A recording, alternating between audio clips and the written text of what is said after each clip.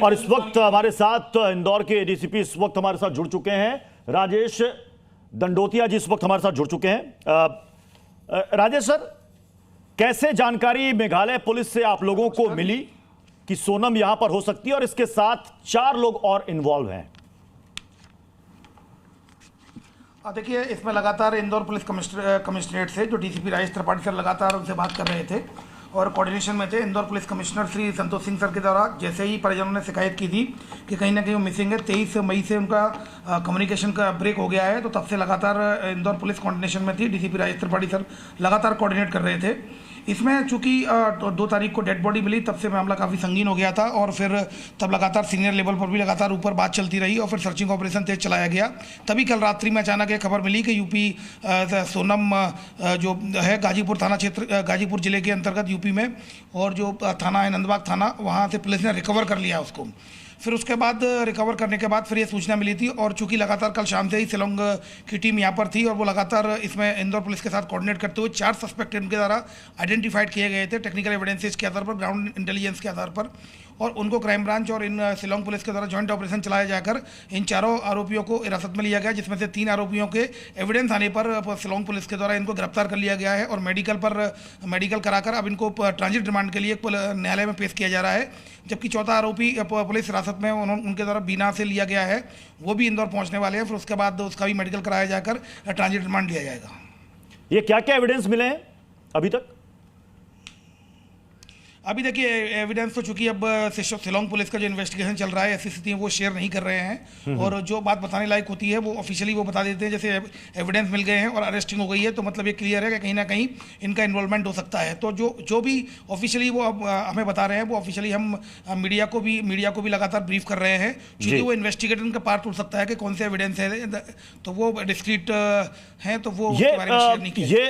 ये सवाल बार बार ये उठ रहा है कि क्या सोनम ने सरेंडर किया या उसे अरेस्ट किया गया? पहले 3 लड़कों को पकड़ा गया, आरोपियों को पकड़ा गया, उनसे पूछताछ के बाद। नहीं, ये तो ऑफिशियली पहले से ही ये बात है।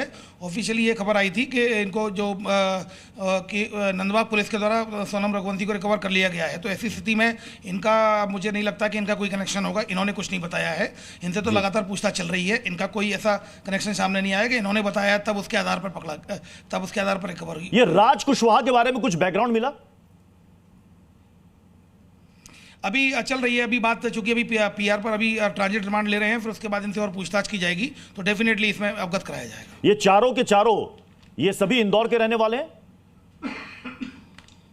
हाँ, ये चारों इंदौर के रहने वाले हैं अभी तक की जानकारी के आधार पर, जिसमें 3 को गिरफ्तार कर लिया गया है। 4था भी आरोपी जब आएगा उससे पूछताछ के आधार पर उसको भी गिरफ्तार किया जाएगा। मोटिव आप लोगों को समझ में आ रहा है कि इसका मोटिव क्या था मर्डर का?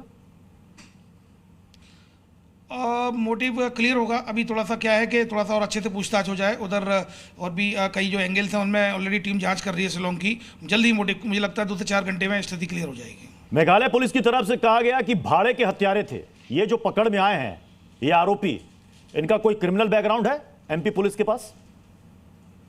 अभी तक का क्रिमिनल बैकग्राउंड अभी सामने नहीं आया है, उसको भी हम सर्च करा रहे हैं। क्योंकि अभी उनके द्वारा सस्पेक्टेड ये माने गए थे, तो इंदौर पुलिस के द्वारा सघन अभियान चलाया जाकर इन 4 को हिरासत में लिया गया और गिरफ्तारी कराई जा रही है, जिसमें 3 की गिरफ्तारी हो चुकी है और 4थे को हिरासत में लिया गया है।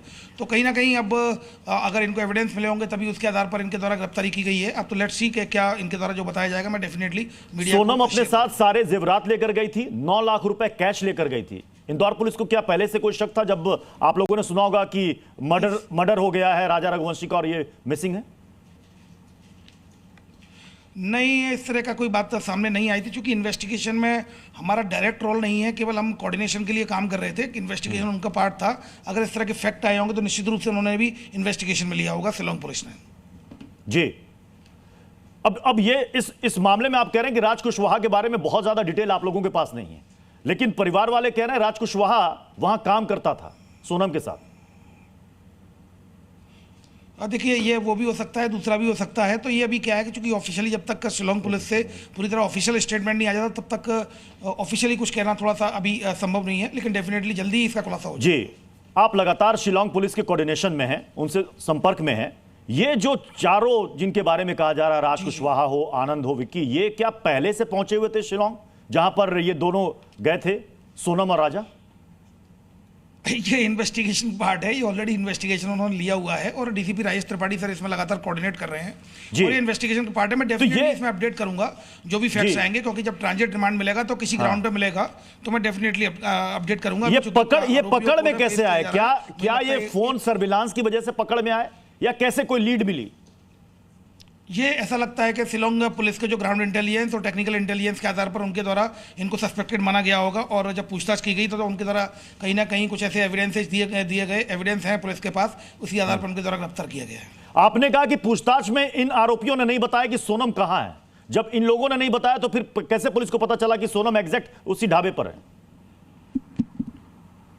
नहीं, जैसा कि मैं कह रहा हूं आपसे कि पुलिस को ऑफिशियली पता है, मतलब इंदौर पुलिस कमिश्नरेट को ऑफिशियली नंदबाग जो यूपी पुलिस है उनके द्वारा ऑफिशियली बताया गया है कि उसको रिकवर कर लिया गया है। चलिए सर, बहुत बहुत शुक्रिया हमारे साथ जुड़ने के लिए और हमें ये जानकारी साझा करने के लिए।